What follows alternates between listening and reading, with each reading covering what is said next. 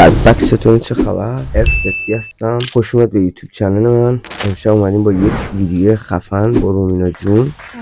سلام عزیزم، چه خبر؟ امشب اومدیم با 20 سوالی که رومینا جون طراحی کرده. من نمیدونم این سوالا چیه. بریم که داشته باشیم. لایک و کامنت و سابسکرایب یادتون نره. دوستتون دارم. زنگیلرم بزنید. بریم برای سوال اول. خب چند سال موزیک کار میکنی؟ من الان حرفه‌ای هم میخوایم بگیم مثلا 7-8 سال 10 سال، ولی از بچگی هم گوش میدادم این کسایی که همه میگن همین دیگه، کلا رپ بازی و فلان و میسا دیگه بوده. سوال بعدی چرا فعالیتت کمه؟ تو چی؟ تو موزیک؟ دیگه. به خاطر شرایط زندگی، مثلا سگام هستن و اینا. پول یکی از مهمترین گزینه هاست که باید پول سازی بشه. مشغله دیگه، بگایی ها. چی میزنی؟ چیا زدی؟ چی منظور مواده؟ ایرانو بیشتر دوست داری یا اینجا؟ 100% ایرانو. چرا؟ به خاطر اینکه کشوریه که توش یکی به دنیا اومدم، یعنی خاکم میگن هیچ جا خاک خود آدم نمیشه.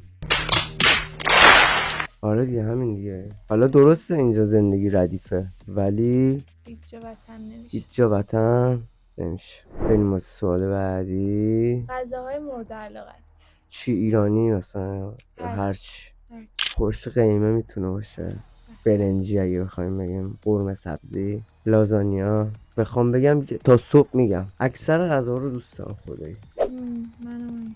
ولی غذای حاضری و نونی رو بیشتر ترجیح میدم. تو چی؟ حاضری منظور چی؟ حاضری یعنی مثل فست فودی دیدی، مثلا ساندویچ میزنیم میخوریم. آره. همین غذایی که درست میکنم من. اوکی. حالا برنامه میذاریم بازم یه سری غذای نابی رومینا جون پلن کردیم، به زودی میخوام بیام ویدیوشو بزنیم پشمریزون. لایک و کامنت سابسکرایب نره. رنگ مورد علاقت؟ به ترتیب بگم. بگو. سیاه، سفید، صورتی. نه صورتی نه، صورتی گفت. من صورتی بدم میاد واقعا. بنفشم. بنفشه دوست. حال میکنی؟ منم متحال میکنم. چه چیزی خوشحالت میکنه؟ دیدن مادرم در قید حیات ها، چون ولی دوریم از هم و طولانی مدته. اصلا دوریم اصلا. ترک جدیده به زودی میاد بیرون، ترک های خفن، ترک های نابی. مگه نرم تو راه میخوام بگارونیم، ولی به زودی میاد. بچه ها گوش میدن، عشق میکنن. کارهای خیلی خفن داریم. دوست داری با کدوم آرتیست فیت بدی؟ علی سورانا.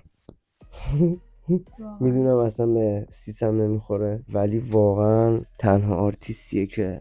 چرا نمیخوره؟ خب ببین نها کن، اون از لحاظ محتوایی خیلی خفن‌تر و سنگین‌تر، و من اگه بخوام با یه همچین آدم فیت بدم، قاعدتا باید تو همون مسیری که اون مثلا مینویسه و اون ذهنیتی که اون رو کار داره منم باید باش برم. هیچ وقت اصلا فکر کنم مثلا اون میاد مثلا با من مثلا ترک بزنه رو چیزی که مثلا رو فاز ترک‌های من میاد به نظره. آره دیگه، متاسفانه. آره میفهم چی میگی، ولی چون الان مارکت امروزی موزیک متاسفانه به سمت خیلی پرتی داره میره دیگه، ما هم مجبوریم این کارا بسازیم که چارتو بگیریم دستمون. بله. چند سال دیگه خودتو تو چه جایگاهی میبینی؟ پیش خدا. پیش خدا؟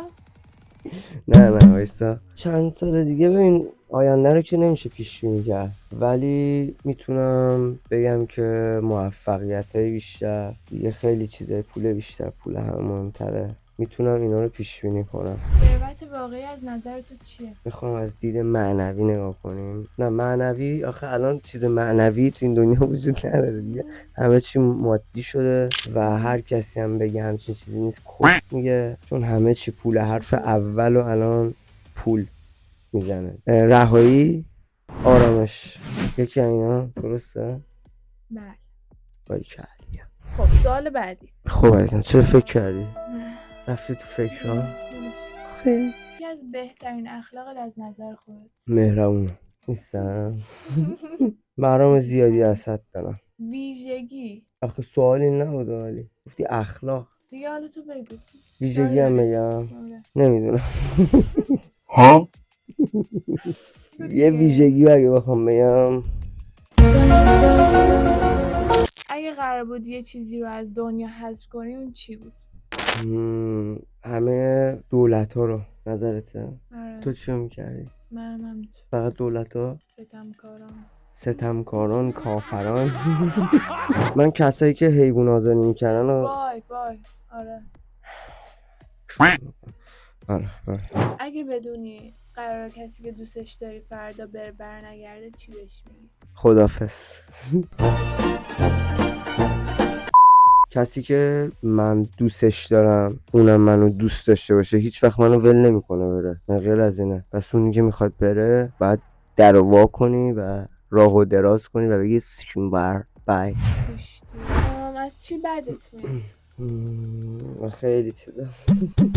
از چی بدم میاد بابا؟ از سوسکی خارکسته خیلی بدم میاد. بگو میشه دیگه. بگی مثلا از سوسک کی الان خوشش میاد؟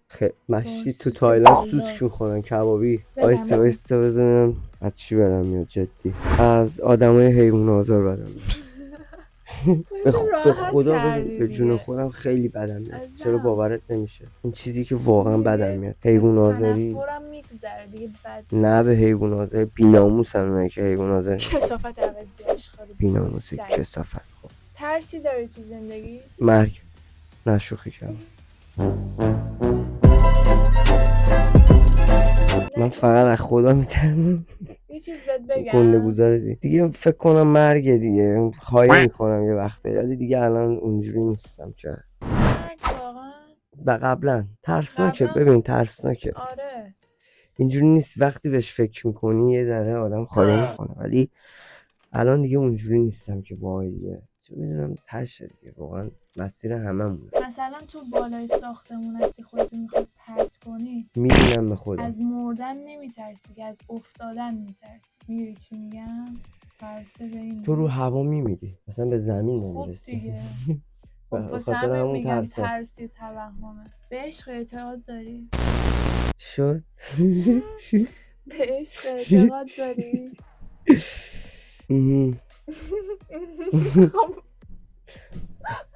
به نظر من عشق، کلمه عشقو که اصلا کاری نداریم. کلمه عشقو که بخوایم مثلا از نظر من عشق دوست داشتن، فرا دوست داشتن میشه عشق. کسی رو که از خودت بیشتر دوستش داشته باشی میشه عشق. سوال بعدی. بهترین اتفاق شیرو. زندگیت؟ بهترین اتفاق زندگیم سگام.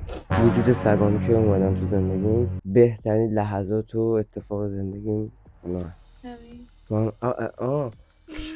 تو هم که عزیزم، تو که اصلا بحث جداه. آخه نه گفتم الان سگا رو گفتم تو هم میگم وقت ناراحت نستی. اگه خیانت ببینی چیکار میکنی؟ میرینم. نه بستگی داره تایمی که این خیانت رو دیدم چقدر باشه. مثلا اگه اوایل رابطه باشه تو کنم نیست، ولی اگه مثلا بعد از سوالتو جواب بدم یا میخوای چتریاتو چک کنی. چتری چخ نزنید مصیبته. ولی اگه طولانی مدت باشه میزنم جفتتون رو نگاه. تو نه، یعنی اون طرف رو با دوتاشون و دوتا بوله تمام. وقتی سگات پارس میکنن میفهمی کدومشونه؟ 100%.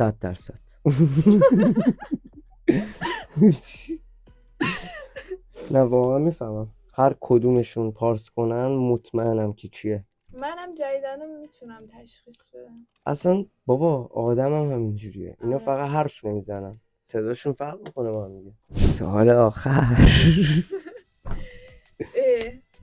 سوال آخر پاک شده؟ آره بده بیارمش. نه بده جدی بیارمش. به نظر تو شبکه 2 هادی و هدا در پناه عزیزم من نمیدونم چرا گوشی تو این مدلیه. الان آوردیش؟ نه نتونستم.